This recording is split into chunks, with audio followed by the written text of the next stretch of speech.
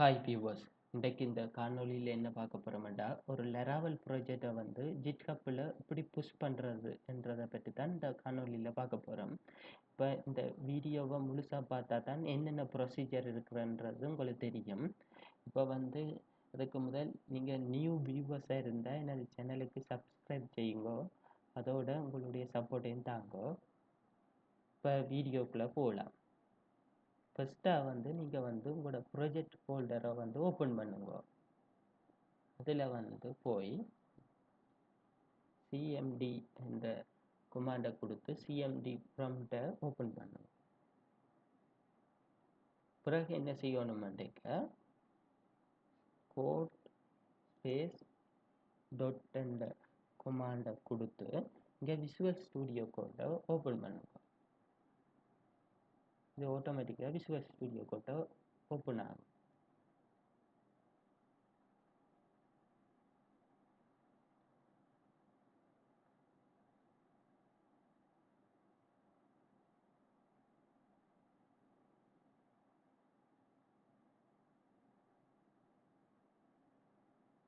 நெக்ஸ்ட்டாக நீங்கள் என்ன செய்யணும்னுக்க இப்போ வந்து ஒரு புது டெர்மினலை ஓப்பன் பண்ண போகிறோம்.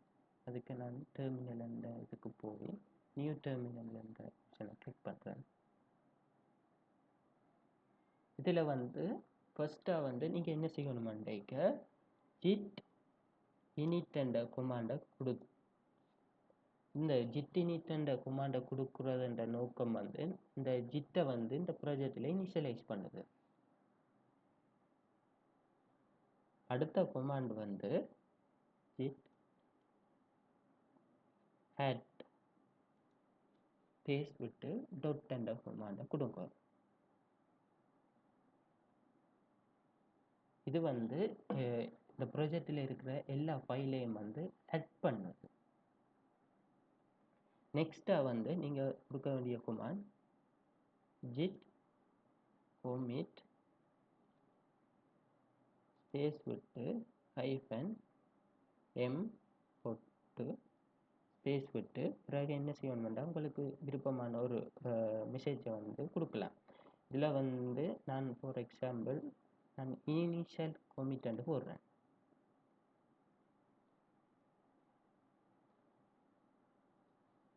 பிறகு என்டர் கொடுங்க.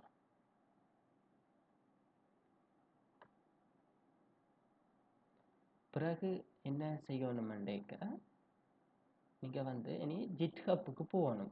ஏன் ஜிட்ஹப்புக்கு போகிறோம்? ஜிட்ஹப்பில் இந்த கோட்டை வந்து புஷ் பண்ணணும். இதுதான் என்னுடைய ஜிட்ஹப்.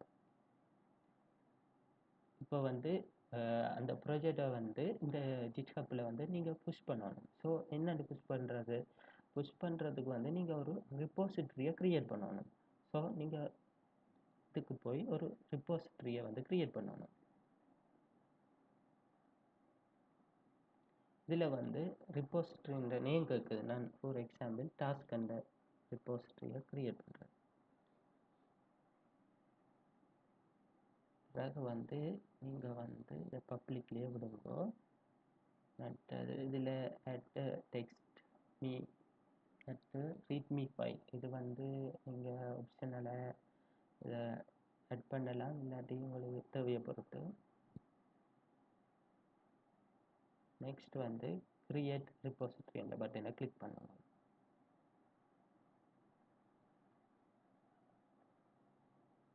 இதே ஆட்டோமேட்டிக்காக இதே சொல்லும் என்னென்ன செய்யணுமென்றதை.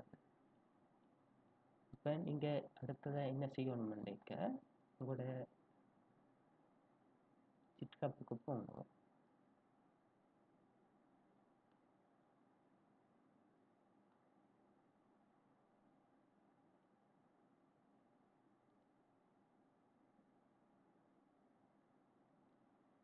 இந்த இது கிரியேட் ஆகிட்டுது.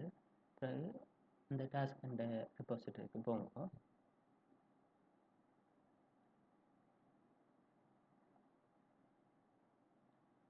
இப்போ வந்து இதில் வந்து இதுதான் உங்களோட இந்த ரிப்போசிட்டரி URL. ஸோ நீங்கள் இனி அடுத்ததாக என்ன செய்யணும்ன்றது வந்து நீங்கள் திருப்ப வந்து அந்த கோட்டுக்கு போங்க.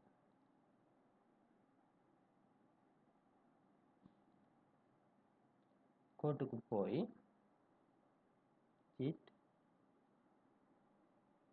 remote at origin இந்த command டைப் பண்ணிட்டு பிறகு வந்து நீங்க என்ன செய்யணும்ன்றீங்க, இந்த கிரியேட் பண்ணின அந்த ரிப்போசிட்டரி இந்த URL வந்து நீங்க காப்பி பண்ணணும். காப்பி பண்ணிட்டு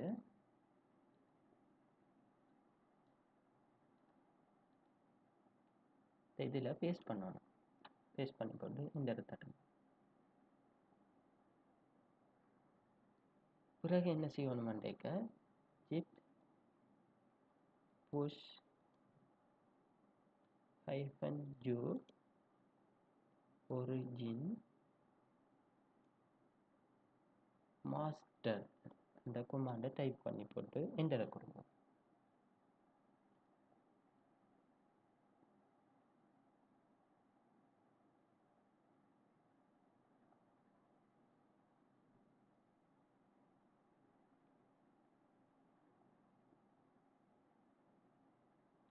இப்போ இது வந்து இந்த ஜிட்கப்பில் வந்து ஹெட் ஆகிருக்கோன்னு பார்க்க போகிறேன். ஸோ நீங்கள் வந்து உங்களோட ஜிட்கப்புக்கு போங்க. ஜிட்கப்புக்கு போய்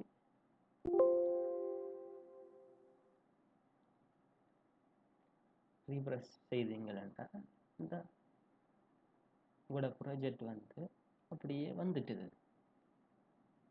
அதோட நீங்கள் என்ன மாஸ்டர் என்ற பிரான்ச்சை க்ரியேட் பண்ணினால, ஃபார் எக்ஸாம்பிள் காட்டுறேன்.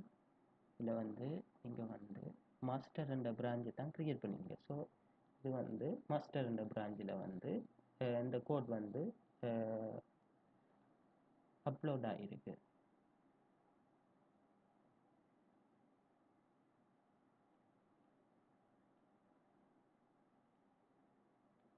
ஸோ இவ்வளோதான் இந்த வீடியோவில் நான் சொல்ல வேண்டிய விஷயங்கள்.